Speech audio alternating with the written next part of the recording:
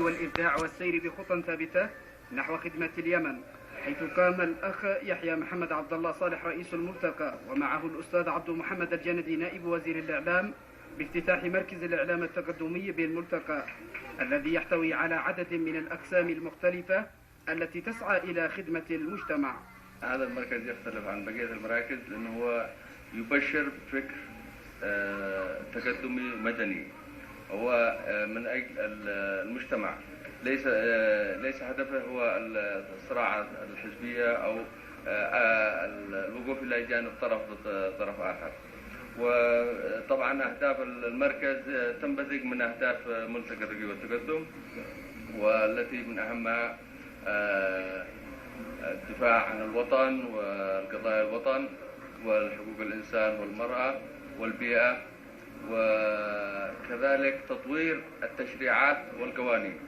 يسعى المركز إلى بلورة تجربة إعلامية وفكرية جديدة متحررة من قيود التبعية وآثار الصراعات السياسية، ونشر وتعميق المفاهيم التحررية للمرأة ودعم نضالها في المشاركة السياسية.